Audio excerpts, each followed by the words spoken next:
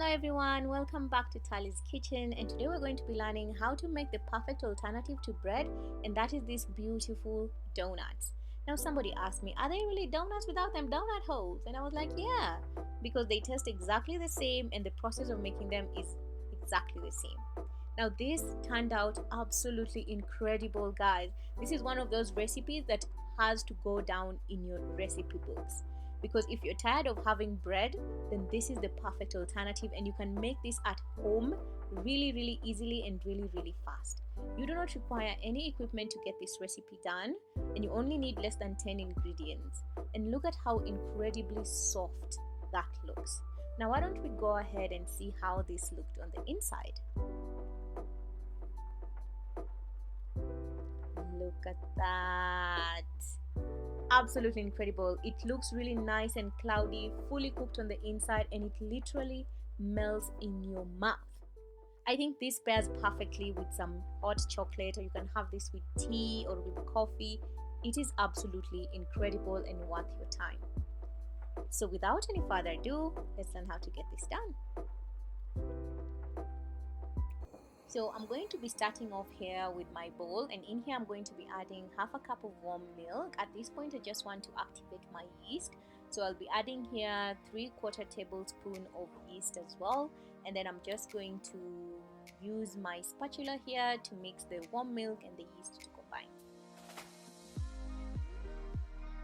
Up next I'll be adding 2 tablespoons of sugar. You see, you really need very few items here, and half a teaspoon of salt, and then you're basically done for the yeast activation process. I let this rest for about 10 minutes, and you can see the yeast is nicely activated here. So I'm going to go ahead and add in the rest of my ingredients. So next up here I'm going to be adding 1 egg, and then next up we're adding our flour, and that's it for preparing our dough. You need only those few spices, and in those small quantities.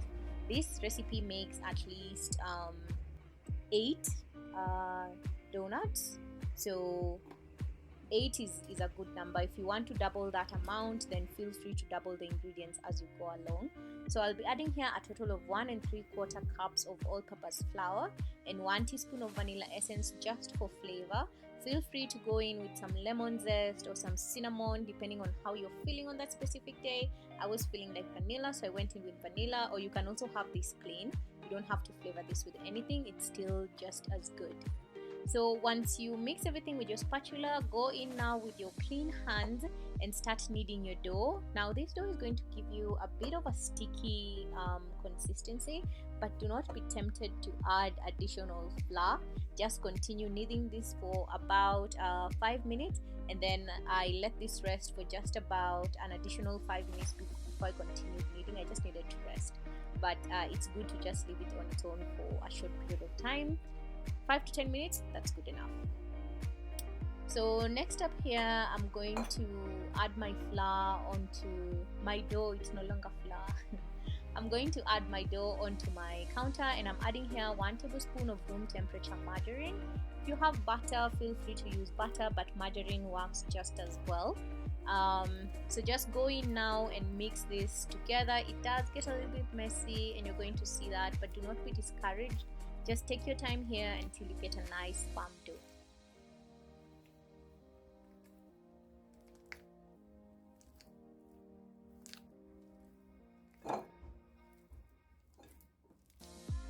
So one of the key highlights when you're making this recipe is for you to get a really soft outcome, then you really need to make a soft dough. So if your dough does get too sticky, do not add so much flour. Just sort of dust your hand with a little bit of flour to remove the stickiness, and then continue kneading, but do not add a lot of flour. To check if your dough is ready, just press it in. It should be able to bounce back immediately, and then you know your dough is ready. So I'm going to oil my bowl here with some oil just so that the dough doesn't stick, and then we'll cover this and let this rest until it is double in size. It's been about 1.5 hours. It's a bit warm today, so this didn't take a lot of time to proof. So just go ahead and knead this for about 5 more minutes on your counter, and it's basically ready and really soft. Look at that, beautiful. So I'm going to cut this into 2 parts, and then each part I'm going to cut it into 4 parts. If you do have that kitchen measuring scale, you can try and get 8 identical parts. If you don't, just sort of eyeball it and create your pieces of dough. Use your palms to roll this around so that you can get a nice smooth ball at the end. So I have here my parchment paper, and these are 8 pieces of parchment paper, and I'm going to dust this with a little bit of flour, and then we're going to be placing our ball doughs onto this parchment paper. So just go ahead and repeat that for the rest of the pieces of dough, and then we're going to let this rest for about 30 minutes before we fry this.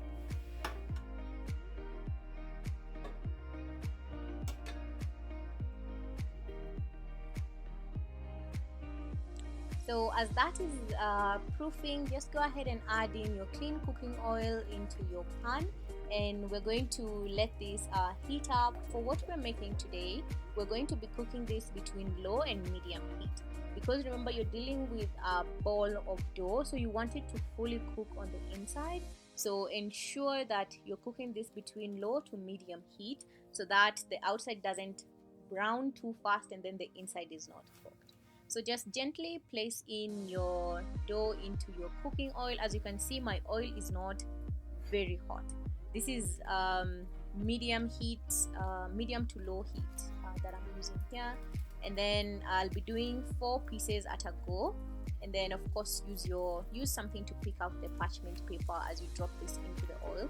The reason we're putting this on parchment paper is so that we don't distort the shape as we drop this into the oil. That's the only reason we're using the parchment paper, because once they start to proof, they also really soften. So if you use your hands to drop them into the oil, you're definitely going to lose that shape integrity.